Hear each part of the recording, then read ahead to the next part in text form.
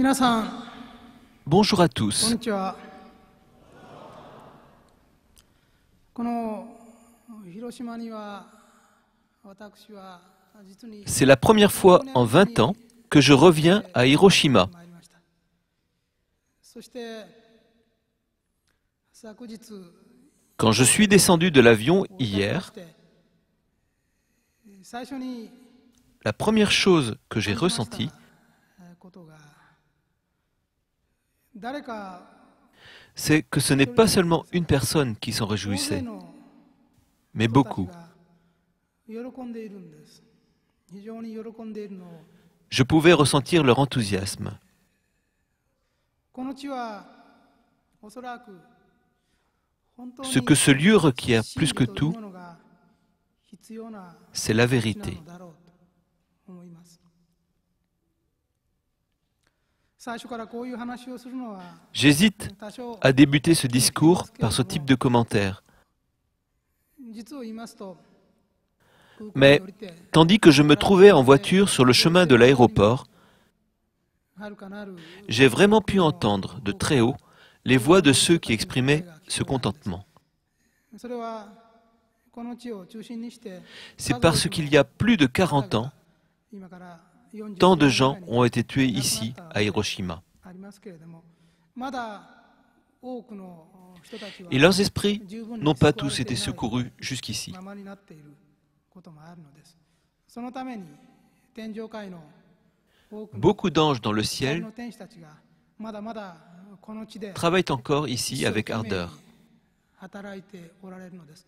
他のところよりももっと Leurs efforts 大変な soutenus 仕事のような semblent requis plus que ですから n'importe où ailleurs au こういう Japon. 地で真理の話ができるという C'est pourquoi ことは他の Il est 地域とまだ important 違った d'être en mesure de donner une conférence 大きな sur la vérité 意味合いが à cet endroit précis.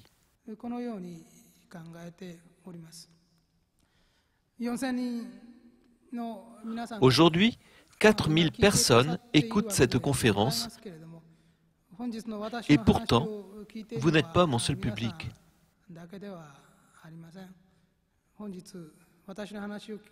Beaucoup d'esprits sont venus du monde invisible pour m'entendre.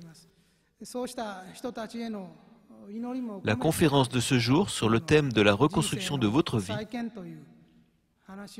est d'une certaine manière consacrée à ces esprits.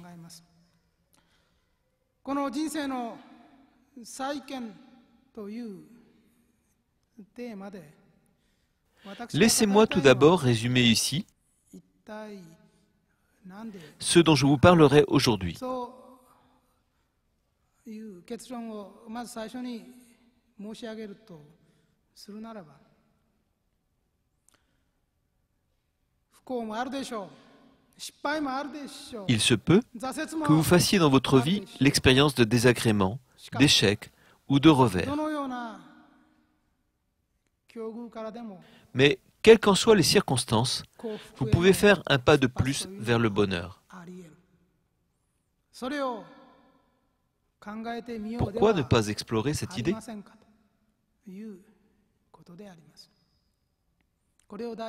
C'est ce que reconstruction de votre vie veut dire.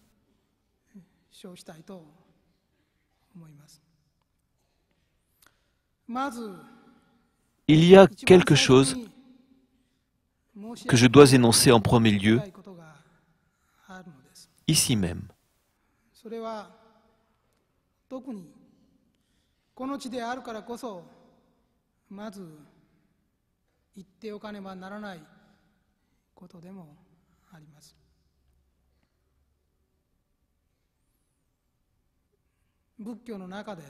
C'est ce dicton bouddhiste.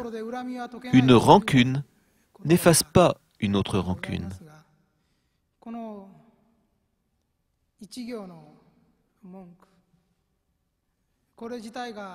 Cette phrase simple défie la compréhension de beaucoup.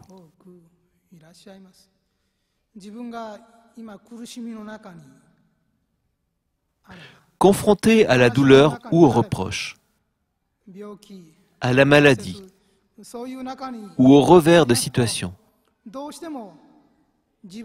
les gens tendent à blâmer quelque chose ou quelqu'un d'autre qu'eux.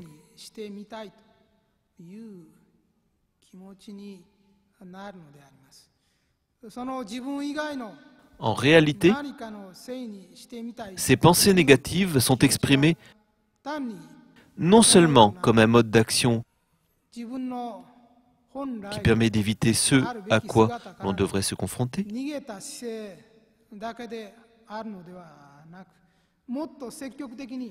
mais aussi, parfois, comme une rancune envers les autres.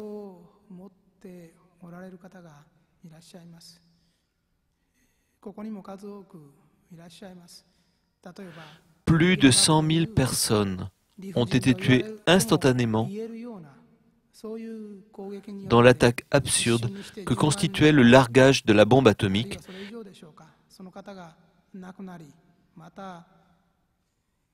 Et beaucoup de ceux qui ont survécu souffrent encore de maladies graves. Les familles des victimes n'acceptent probablement pas encore ce qui leur est arrivé. Pour exprimer ceci plus simplement, quelques-uns parmi eux entretiennent encore probablement un esprit de revanche.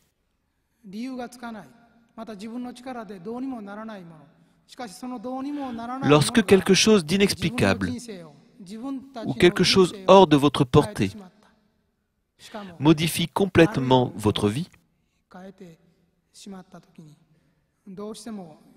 il se peut que vous cultiviez à votre insu des sentiments d'intolérance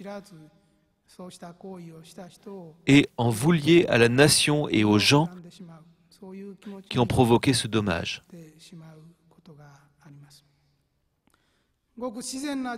Cette sorte de réponse peut être perçue comme une émotion naturelle. Je voudrais toutefois souligner que cette forme d'émotion n'entraînera jamais ni le bonheur, ni le succès. En comprenez-vous la cause? Lorsque vous vous contentez d'exprimer de l'angoisse, vous pouvez vous sentir soulagé de vous débarrasser de ce que vous avez construit en votre fort intérieur. Cela peut aussi vous procurer de la satisfaction.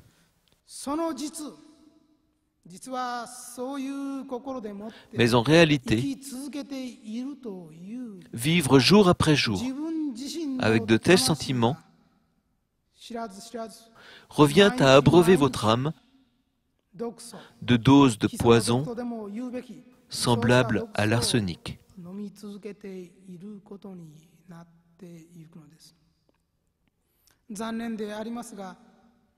Vous pouvez aussi penser que vos sentiments sont justifiés au regard de la justice.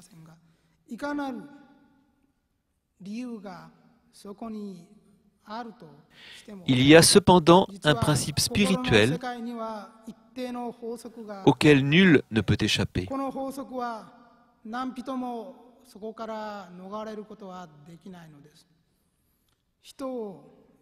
Vous n'atteindrez jamais le bonheur en gardant une dent contre les autres. Parce que un tel sentiment équivaut à une intention de faire le malheur des autres.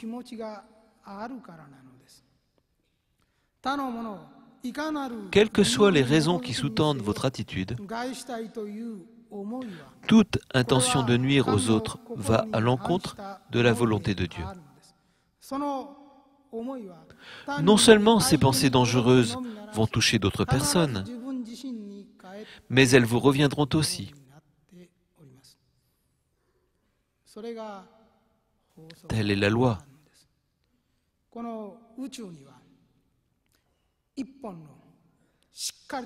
Dans l'univers, il existe un ensemble de valeurs fermement établies à la manière d'un pilier.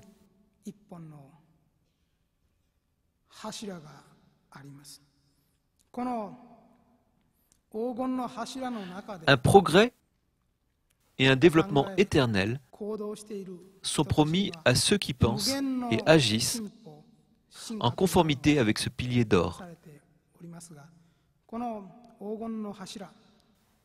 Tandis que toute pensée ou action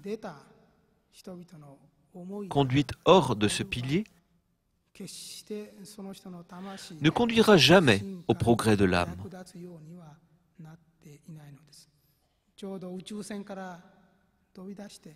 En dehors de ce pilier,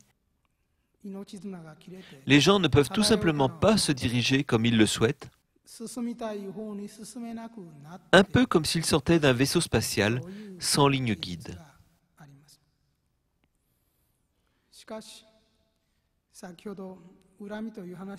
J'ai évoqué ici des sentiments de revanche, mais on peut voir la chose de manière diamétralement opposée. Il y a un demi-siècle, deux Japonais, installés l'un et l'autre dans un mini-sous-marin, ont fait route vers le port de Sydney en Australie.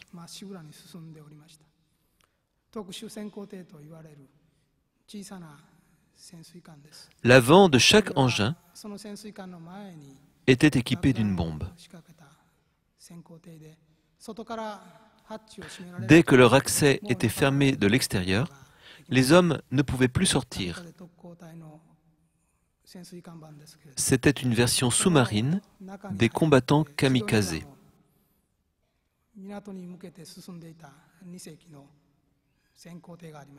L'un des sous-marins, victime d'une avarie moteur, s'est arrêté sous l'eau, sans pouvoir accomplir sa mission. Le dernier, en revanche, a continué son chemin jusqu'à venir percuter le fond d'un navire de transport australien. L'explosion provoqua plus que la mort du Japonais embarqué. Il entraîna aussi de sévères dommages au bâtiment australien qu'il finit par couler. Comment réagirent les gens d'Australie? Ils ont été étonnés, non seulement par le naufrage de leur bateau, mais aussi par le courage de ces marins qui avaient sacrifié leur vie dans cette attaque. Ils érigèrent par la suite un monument à la mémoire de ces braves marins japonais inconnus.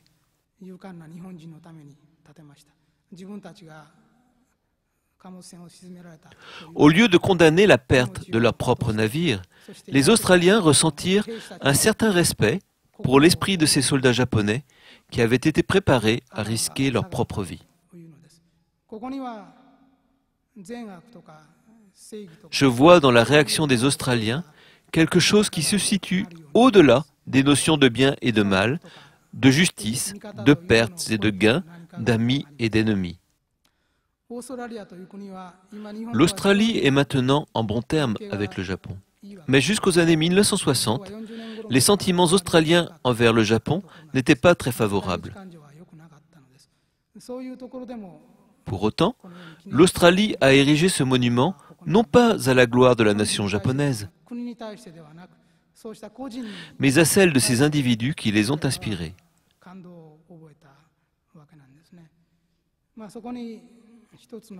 Je perçois dans cet acte une attitude radicalement différente de celle qui consiste à entretenir un esprit de revanche.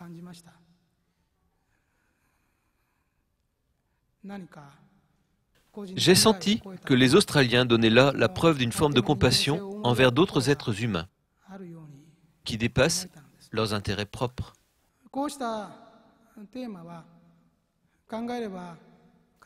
Sans doute existe-t-il beaucoup d'épisodes comparables que vous ne pouvez juger de manière trop expéditive.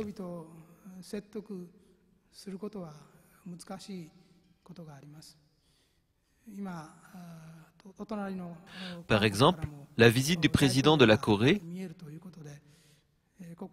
a provoqué une polémique à l'intérieur du Japon en exigeant des excuses officielles pour l'invasion militaire japonaise qui s'était produite dans son pays pendant la guerre. Ce sujet peut être analysé et commenté de nombreuses perspectives. Si le Japon se livre vraiment à des excuses formelles comme il lui est demandé, ce serait louable.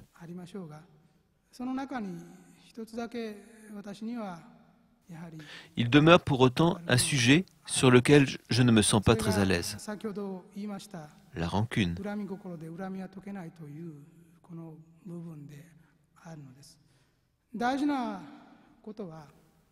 Quand bien même vous pourriez entretenir de la rancune au sujet de quelque événement irréversible du passé,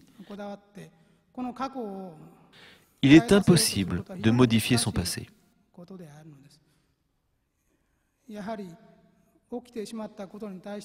Ce qui importe à propos du passé, c'est la façon dont vous le considérez et les leçons que vous en retirez pour l'avenir.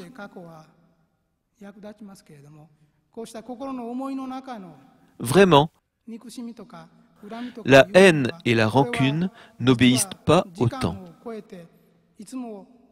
Ils restent fixés dans le présent.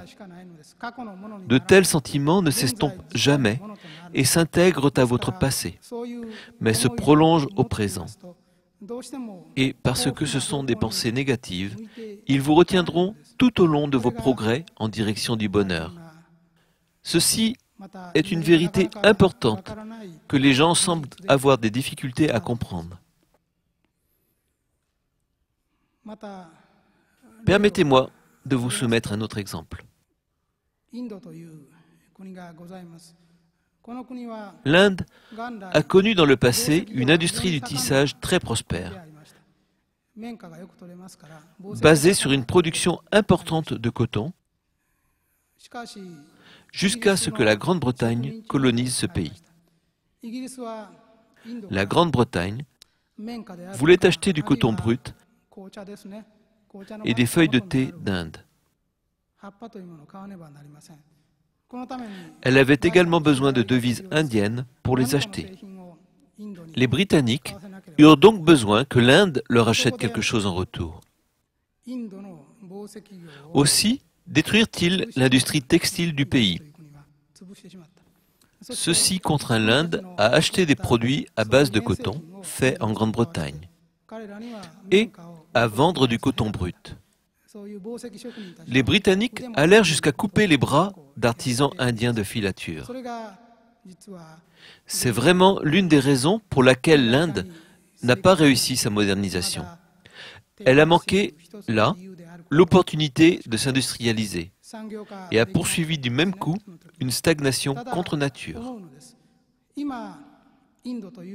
Je ne sais pas comment les Indiens ressentent aujourd'hui ces faits historiques.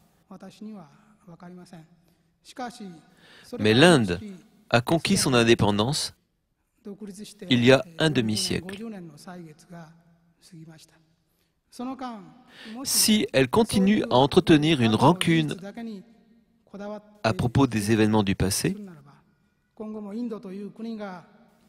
ses chances de développement s'en trouveront compromises d'autant. Il est essentiel que les Indiens abandonnent le passé pour que l'Inde devienne une nation moderne. Ils doivent faire un effort permanent pour développer leurs propres industries et progresser. Il n'y a pas d'autre issue. Une situation similaire peut être observée en Chine. Après la Seconde Guerre mondiale, la Chine est passée à côté de la chance de modernisation qui lui était offerte. Au cours du règne de Mao Tse-tung, les autorités chinoises ont attribué au Japon qui l'avait envahi et dévasté les modestes conditions d'existence de leur pays. Les autorités encouragèrent les Chinois à mépriser le Japon pour la pauvreté qu'il avait provoquée. Au début, les gens crurent à cette histoire, mais dès la fin des années 70, ils commencèrent à douter, tandis que des faits irréfutables firent surface. Comment ces affirmations pouvaient-elles expliquer la prospérité de Taïwan? Les gens qui vivent et travaillent à Taïwan sont aussi des Chinois, tout comme ceux du continent. Mais le PNB par habitant de Taïwan est au moins 15 fois plus grand que celui de la Chine. Comment le PNB d'un de ces deux pays pourrait être aussi différent de celui de son voisin? De même, Hong Kong, gouverné jusqu'à son indépendance par la Grande-Bretagne, se confirme très prospère. Avec la programmation de son retour à la Chine continentale dès 1998, les résidents chinois de Hong Kong ont été nombreux à franchir la frontière. Ils obtiennent la nationalité du Canada ou d'autres pays avant de déplacer à Hong Kong l'adresse de leurs entreprises. Ils étaient certes chinois, mais inquiets de se trouver aspirés par la Chine continentale après 1997. À quoi assiste-t-on ici? C'est une question de succès ou d'échec politique. Dans la seconde moitié des années 70, la Chine ne s'était engagée que tardivement sur la voie de l'économie, à travers de profondes réformes économiques.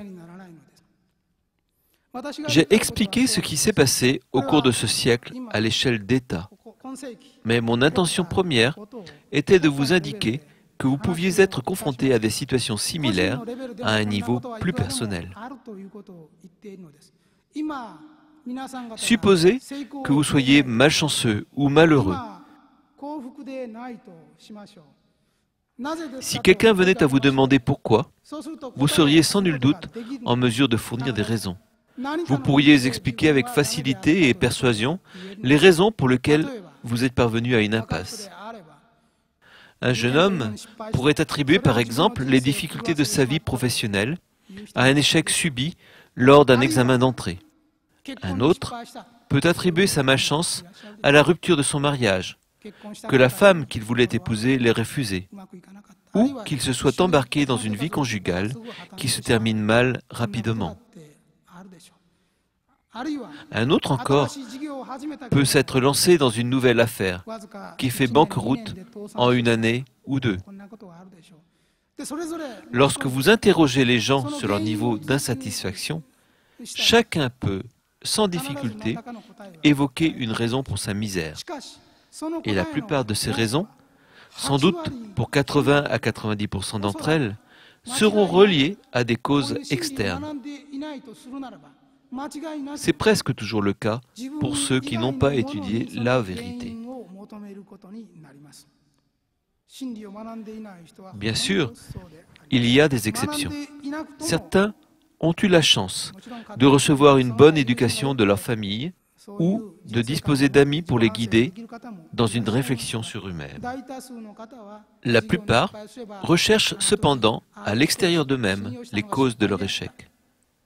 Les gens qui ont échoué dans leurs affaires peuvent regretter leur mauvaise appréciation du caractère d'un associé qui n'a pas mérité leur confiance. Ils peuvent s'en prendre de même au désordre causé par des employés, une augmentation soudaine de taux d'intérêt applicable à des emprunts ou à des imprévus dans la situation commerciale d'un client. Et que dire d'une femme délaissée par l'homme qu'elle voulait épouser? Reprochera-t-elle à cet homme sa trahison ou s'en prendra-t-elle à l'autre femme qui l'a attirée? Dans les deux cas, elle entretiendra sa rancune en s'en prenant à l'infidélité de son mari ou en blâmant la femme qui l'a séduit.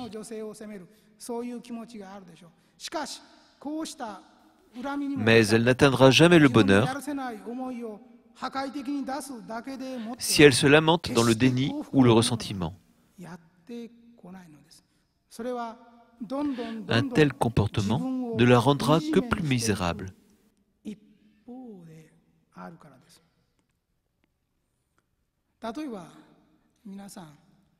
Supposons à présent que vous entriez en relation avec une femme qui vous dit que sa misère a été provoquée par son mari tombé en faillite 10 ans plus tôt.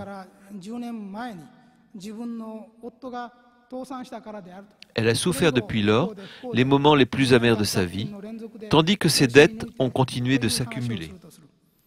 La première fois que vous entendez son histoire, vous allez peut-être vous prendre de sympathie pour elle. Mais la deuxième fois que vous la voyez et entendez la même histoire, vous ne vous sentirez pas à l'aise à l'énoncer de ces jérémiades. Sans parler d'une troisième fois, vos sentiments basculeront irrémédiablement de la sympathie au doute. Pourquoi est-elle restée si misérable?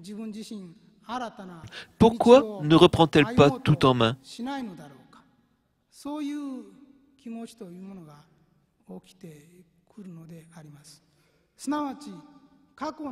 Je dirais que quiconque s'accroche à la misère de son passé n'a pas l'intention de devenir heureux.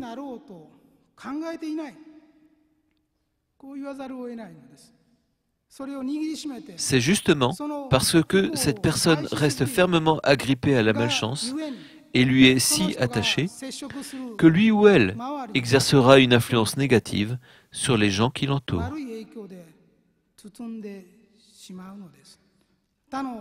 Chaque fois que d'autres apercevront cette personne, ils se sentiront déprimés. Le simple fait de s'entretenir avec elle les mettra mal à l'aise, de sorte qu'ils tenteront de l'éviter et de la rencontrer le moins possible. En conséquence, la personne déprimée se lamentera davantage encore. « Je suis si malheureux, mais personne ne me comprend. » Pire encore, les gens prennent leur distance avec moi. Ce monde est rempli de gens au cœur froid. N'ont-ils pas même une ombre de compassion? Personne ne m'écoutera. Chacun prend ses distances avec lui-même. Avec ce type de pensée, la personne concernée produira toujours plus de misère. C'est typique de la manière dont les gens se transforment en héros tragiques, générant leur propre malheur par leur ignorance des lois spirituelles.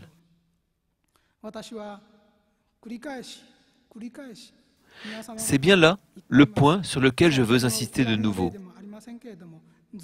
La haine, la jalousie, l'insatisfaction et les griefs peuvent apparaître de manière spontanée.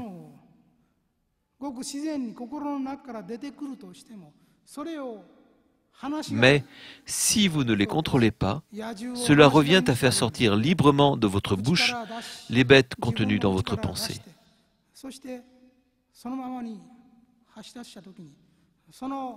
Ces bêtes sauvages que sont la jalousie, la méfiance, l'insatisfaction, les griefs et doléances, laissés ainsi sans contrôle, ne se contenteront pas de blesser seulement les autres.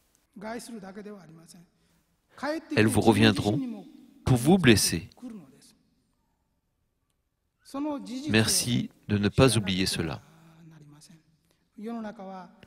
Ce monde est construit sur des relations humaines. Les mots avec lesquels vous blessez les autres finiront par vous revenir.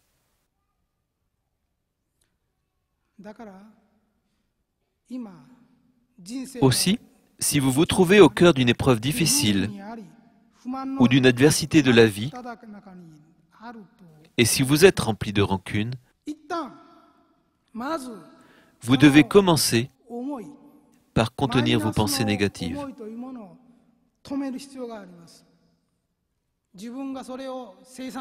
Si vous générez des pensées négatives et relâchez ensuite ces bêtes librement dans la rue,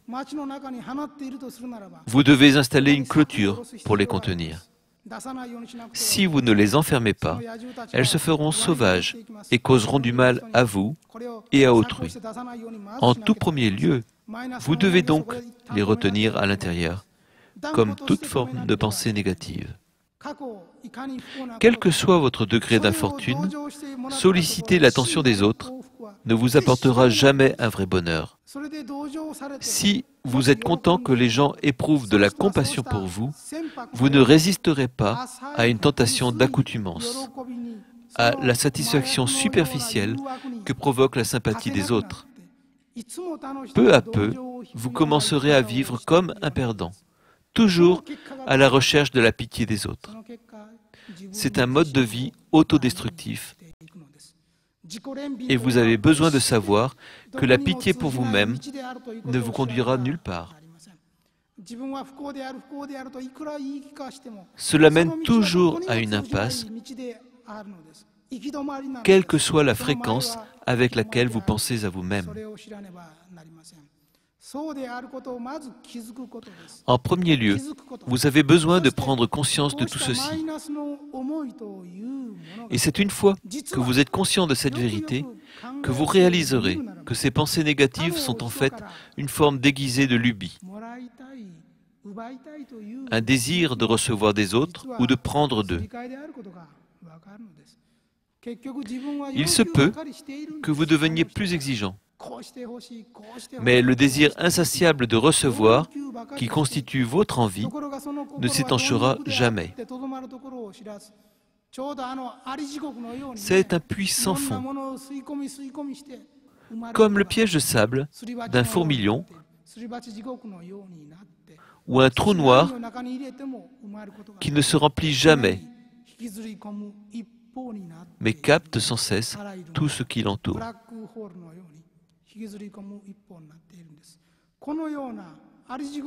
À quoi ressemblerait ce monde s'il était rempli de gens bercés dans cet état d'esprit? Imaginez, c'est comme si les rues sur lesquelles vous vous déplacez étaient parsemées de puits en forme de cône grand ouvert, animés de visages humains. Vous ne pourriez apporter ces rues en paix parce que des mains qui s'élèvent du sol tenteraient de vous y attirer. À quoi ressemblerait le monde s'il était rempli de gens constitués ainsi? J'ai eu recours à une image ici, mais dans l'autre monde, où vous retournerez comme esprit après la mort, cet espace existe réellement. Il y a un endroit où des mains sortent vraiment du sol pour s'efforcer d'y attirer les gens. Dans ce royaume particulier de l'enfer, il constitue le seul moyen d'obtenir satisfaction. Il ne reste absolument pas de place ici pour une situation heureuse, car ceux qui sont malheureux ne font que répandre la misère. Si tous les gens qui vous entourent ont été attirés dans un état de malheur, qui restera pour vous rendre heureux? Il n'y a que ceux qui sont heureux qui peuvent vous apporter le bonheur et le salut. Ceux qui sont misérables ne peuvent jamais vous aider à acquérir la liberté.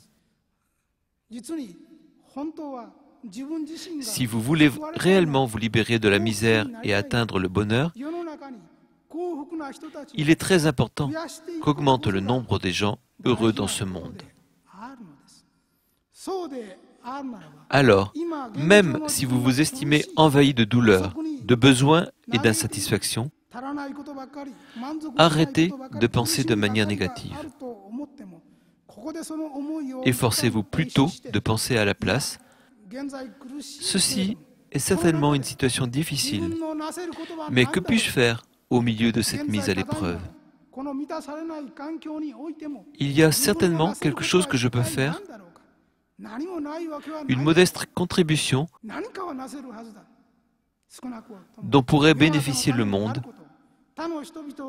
et tous ceux qui m'entourent. Je ne deviendrai jamais comme un fourmilion qui piège ses proies de son puits de sable sans fond, quel que soit le degré de difficulté dans lequel je me trouve plongé. Si vous êtes attiré au fond du puits conique d'un fourmilion, avec des milliers de puits similaires autour de vous, et pour autant que puisse porter votre voix, avertissez au moins les gens qui passent dans la rue afin qu'ils surveillent leurs pas et se tiennent à l'écart du puits. C'est vraiment le moins que vous puissiez faire. Il est lâche de vouloir que les autres soient aussi misérables que vous. Même si vous avez été frappé par la malchance, vous devez empêcher la prolifération de la misère. Ne vous acharnez pas à faire souffrir les autres de la même malchance ou à leur faire connaître la même misère. C'est seulement avec cette forme de comportement que vous éviterez à d'autres de tomber dans le puits. Ils pourront alors sauver à leur tour les gens infortunés. Même si vous vous trouvez encerclé par la misère, faites un effort pour contribuer au bonheur des autres. Il vous faut rejeter toute pensée négative et générer des pensées positives, tout en recherchant constamment le moyen de rendre les autres heureux.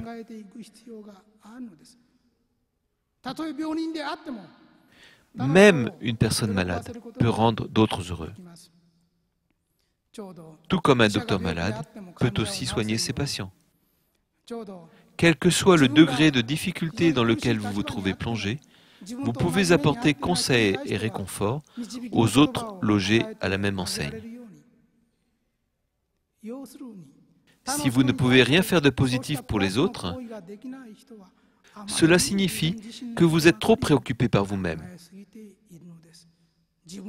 Il vous faut arrêter de penser à vous-même pour un certain temps et regarder autour de vous. Il y a sans doute beaucoup de monde qui tente de déployer beaucoup d'efforts autour de vous. Pourquoi fermez-vous les yeux et vous détournez-vous d'eux? Vous n'êtes pas le seul à travailler dur pour vous améliorer. Soyez conscient des autres. Pensez qu'ils sont nombreux à fournir un effort dans toutes sortes de circonstances.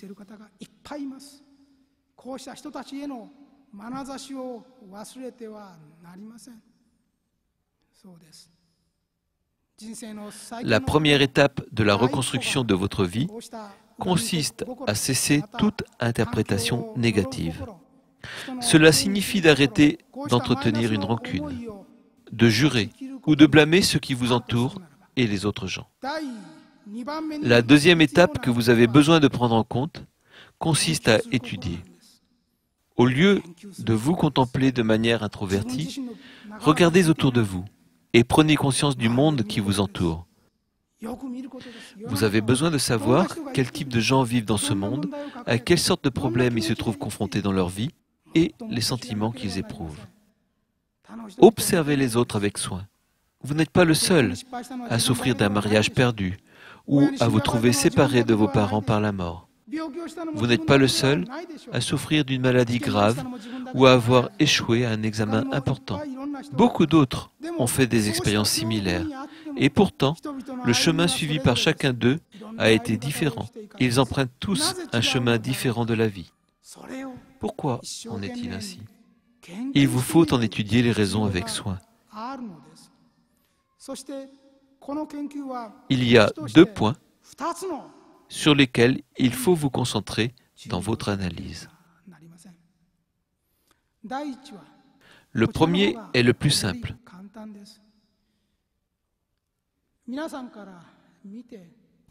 Recherchez les raisons qui ont provoqué la chute d'une personne reconnue malheureuse. Vous n'aurez sans doute aucun mal à trouver quelqu'un de malheureux dans votre entourage. Par exemple, à la maison ou dans votre cadre professionnel. Il n'est pas très difficile de comprendre les raisons qui ont rendu une personne malheureuse.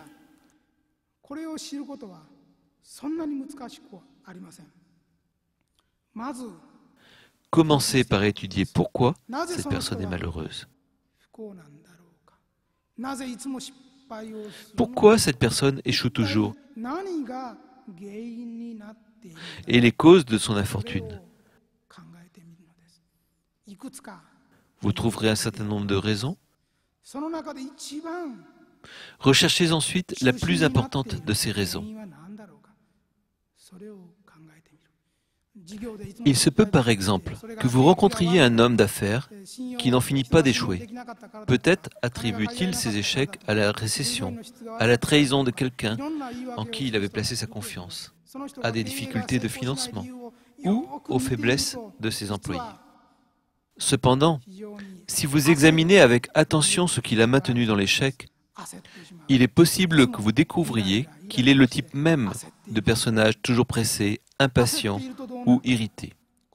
S'il est toujours impatient, il ne fera pas confiance au travail des autres. Il se montrera au contraire irrité et finira par interférer avec le travail de ses collègues. L'impatience conduit aussi à une dépendance pour des résultats toujours plus immédiats. De même, il aura tendance à s'arrêter rapidement s'il ne peut entrevoir les réussites qu'il espère, là où un peu de patience lui aurait apporté le succès escompté.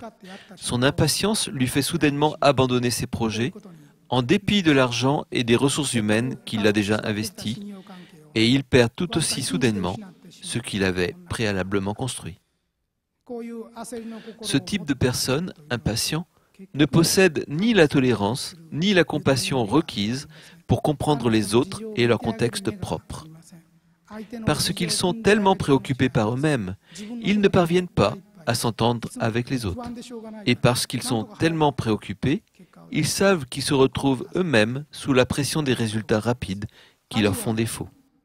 Il existe une autre catégorie de personnes qui échouent toujours au tout dernier moment, juste avant d'atteindre leur but.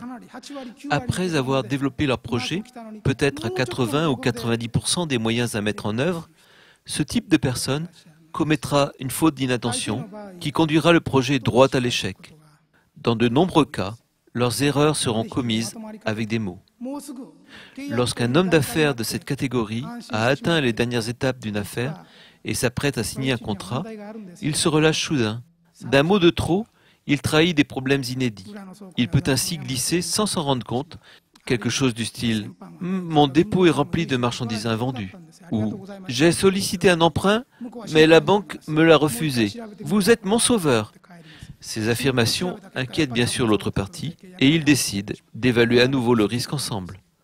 Au terme de plus amples investigations, ils décident de se retirer parce que l'affaire s'avère trop délicate. Les gens de la sorte existent vraiment. Il y en a qui commettent des gaffes à propos de tout et se vouent ainsi à leur propre échec. Au bord du succès, ces gens veulent échouer au fond de leur subconscient. Bien sûr, ils ne supporteraient pas cette remarque, mais elle s'impose à n'importe qui. Ces gens commettent des erreurs d'inattention, juste comme ils s'y attendent, puis se sentent soulagés de se voir confirmer combien ils sont malchanceux. C'est comme de se retrouver dans une eau à peine tiède. Bien que les gens qui y sont plongés aient peur d'attraper froid, ils préfèrent rester dans cet environnement inhospitalier parce qu'ils ont plus peur encore de s'exposer au froid externe. Ces gens-là provoquent vraiment l'échec et reproduiront la même expérience autant de fois qu'il le faudra pour se convaincre que la vie n'est pas facile. Vous pouvez apprendre beaucoup de choses des erreurs des autres. Étudiez-les avec attention afin de pouvoir en tirer les leçons qui vous serviront de guide, si vous deviez vous trouver vous-même dans une telle situation à l'avenir. Conservez juste vos yeux grands ouverts à cet effet. En plus d'étudier les gens qui échouent, il y a un autre type de personnes auxquelles vous devez vous intéresser avec plus d'attention, qui est sensiblement plus difficile. Ce sont les gens à succès. Cela vous apportera des leçons de première main, mais en même temps, c'est un peu difficile parce que les gens à succès vous sont souvent supérieurs dans un domaine, en termes de qualification, de connaissances ou d'expérience. Comprendre et évaluer les capacités des gens à succès apparaît alors plus difficile. À chaque fois que vous rencontrez une personne qui a réussi, il est très important de ne pas verser dans la jalousie. Ne critiquez jamais, ne parlez jamais en termes envieux d'une personne qui a réussi. C'est une attitude très importante. Tandis que j'observe et que je conseille beaucoup de gens à propos des problèmes qu'ils rencontrent, je peux souvent observer distinctement pourquoi échoue ce type de personne tenue en haute considération, à la fois par elle-même et par les autres. Cela revient souvent à une raison unique, à savoir que la personne se moque sans cesse de ceux-là qui réussissent, par jalousie pour les gens qui semblent plus forts ou présentent des capacités plus élevées.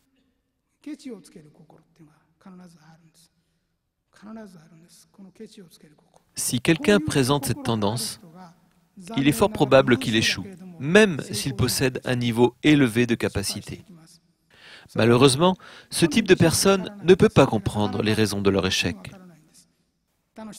Ils trouveront toujours une faute à reprocher à ceux qui ont réussi et prétendront que ces derniers ont fait quelque chose de malhonnête ou d'injuste pour emporter leur succès.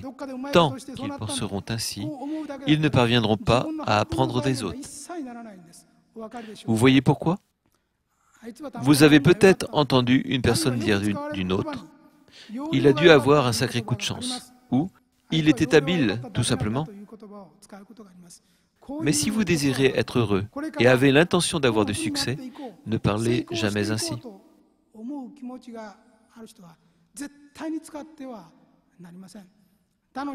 Vous devez vous débarrasser de cette attitude qui consiste à attribuer le succès des autres à autre chose que leurs propres efforts. Et arrêtez de penser que le succès ne vous atteindra jamais. Aussi longtemps que vous penserez de la sorte, vous ne pourrez jamais atteindre les attributs des gens qui réussissent. De telles attitudes, aussi lâches que pointilleuses, vous empêcheront de retenir les leçons qui vous conduiront au succès. Bien sûr, la personne qui réussit n'est pas parfaite. Vous pouvez être meilleur qu'elle dans certains domaines. Mais si vous voulez vraiment réussir, vous devez admettre que telle ou telle personne a réussi et essayer d'apprendre d'eux. Il se peut que proférer attaques et critiques vous procure un peu de consolation, mais ce type d'attitude ne vous conduira jamais au bonheur ou au succès. Il est absolument nécessaire d'éliminer toute jalousie à tout prix. La jalousie est le plus grand piège. Elle retient beaucoup de gens de parvenir au succès. D'un autre côté, le fait même de sympathiser à l'égard du faible ou de ceux-là qui échouent fait partie de la tendance humaine. Pourtant, il n'apparaît ni souhaitable ni profitable que cette tendance soit conduite à son extrême, parce qu'elle prendra dans votre esprit la forme d'une attraction vers la malchance, vous écartant même du chemin du succès. La compassion et l'attirance pour les faibles, tout comme pour ceux-là qui ont échoué, sont d'importance, mais ne peuvent se transformer dans un amour de l'infortune, ce qui obstrue votre vrai développement. Si vous souhaitez réussir, il est donc crucial que vous appreniez de ceux-là qui excellent, qui sont fortunés et forts. L'un des secrets du succès rencontré par le Japon d'après-guerre a été sa réflexion sur les causes de sa défaite. Après avoir admis qu'ils étaient dans l'erreur, les Japonais ont souhaité reconstruire leur pays à l'image des États-Unis, au lieu de les blâmer ou d'entretenir une rancune à son égard. Le Japon a pris les États-Unis pour modèle et a travaillé âprement pour s'en sortir. Au lieu de conserver de la rancune à l'égard de sa défaite, le Japon a respecté les États-Unis et suivi son propre modèle. Je pense que ceci a provoqué la force motrice qui a permis en retour le succès économique du Japon. Si les Japonais avaient continué à reprocher aux États-Unis, tout particulièrement avec les bombes atomiques, le Japon n'aurait jamais atteint la prospérité qu'il a obtenue depuis. L'un des secrets du succès du Japon tient à l'opportunité qu'il a saisie de réfléchir sur lui-même et à sa détermination de faire un effort sincère pour se relever de la défaite en suivant l'exemple fort qui lui provenait des États-Unis. Des particuliers peuvent adopter une attitude semblable. Vous ne devriez jamais tenter de jeter l'opprobre sur le bonheur de ceux qui ont réussi. Rendez plutôt hommage à leur réussite avec sincérité. C'est seulement en procédant de la sorte que vous pouvez commencer à apprendre d'eux avec humilité.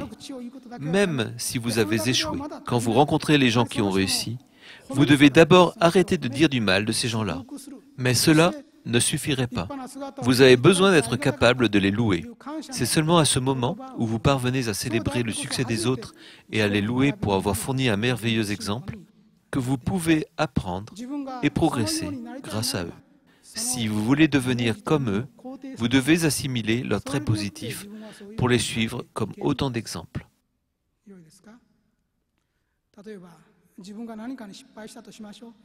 Supposez que vous avez souffert d'un échec en affaires et que votre fils aîné veuille se lancer dans les affaires à son tour. si vous lui répétez sans cesse. Les affaires finissent toutes en carafe, et c'est ce qui arrivera à la tienne aussi. Alors, il est très probable que votre fils échoue en effet. Si au contraire vous l'encouragez en lui disant « Moi, je n'ai pas réussi, mais beaucoup d'autres y sont parvenus. Apprends d'eux et travaille dur », il est probable que votre fils réussisse en effet. L'attitude des parents est très importante et engendrera de grandes différences selon qu'ils souhaitent la réussite ou l'échec de leurs enfants. Si les parents s'attendent à ce que leur enfant échoue, il en sera probablement ainsi et les parents souffriront davantage du résultat. Nous devons être vigilants à l'égard de cette sorte de cercle vicieux qui se produit souvent dans notre inconscient. La première chose que je vous ai conseillé de faire est d'arrêter de penser de manière négative. La deuxième que j'ai suggérée consiste à observer et à étudier les conditions de succès et d'échec chez les autres. Vous devriez utiliser les résultats de ces études comme autant de leçons pour votre vie.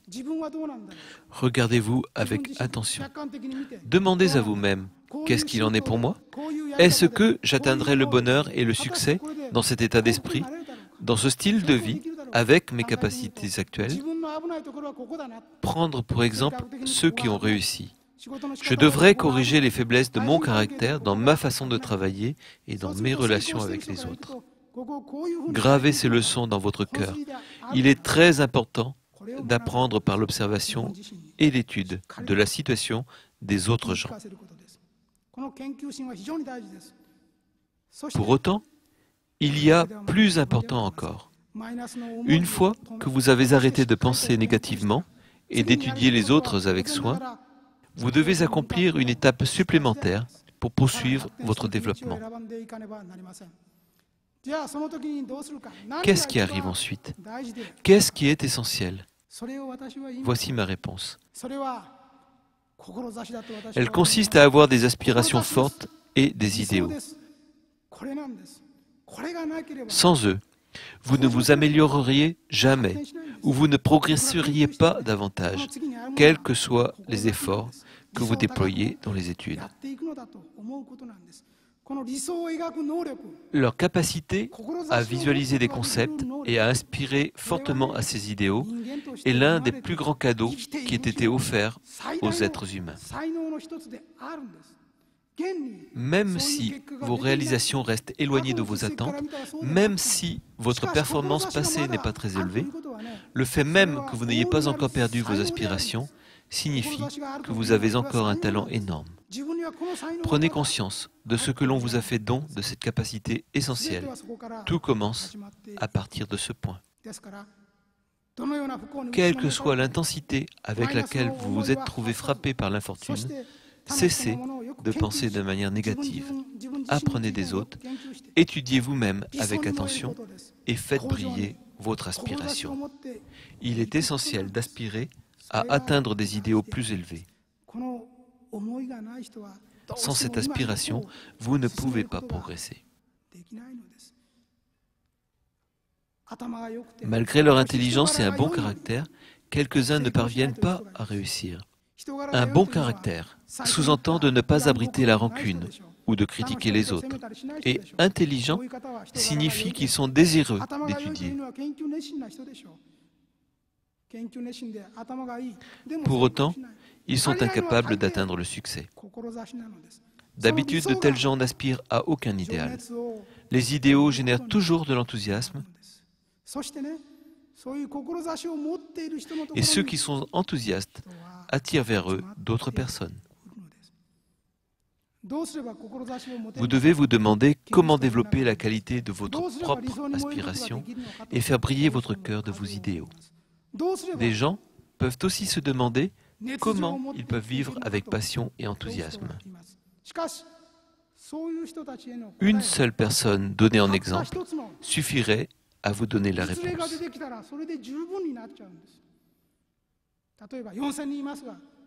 Si une personne dans ce public était en mesure de vous fournir l'exemple d'une vie passionnée et d'aspirer à des idéaux élevés, toute autre explication serait superflue. Cependant, une aspiration déterminée peut aussi influencer les gens et les émouvoir puissamment de sa vibration.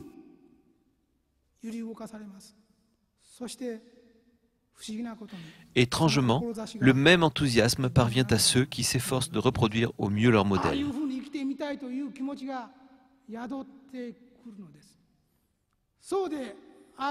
Si vous vous êtes réveillé à cette vérité, vous sentez-vous heureux de rechercher des gens qui soient de grands modèles? Pourquoi ne pas décider de devenir vous-même un exemple? Même si vous êtes au point le plus bas de la roue de la fortune, ou si vous vous trouvez pris vous-même aux mains de la défaite, vivez le cœur léger, arrêtez de penser négativement, étudiez durement et relevez ce challenge de vivre avec des aspirations élevées. Le fait de constituer un modèle pour les autres et de leur indiquer comment vivre est le secret qui vous permet de conduire un grand nombre de gens au succès. Une condition pour devenir cette grande personne est un enthousiasme qui n'en finit pas de grandir. Dans ce monde, l'échec et les empêchements de tous ordres sont illimités. Vous pouvez trouver autant de raisons que vous voulez pour toute forme d'apitoiement, inspiré par votre apparence ou vos capacités.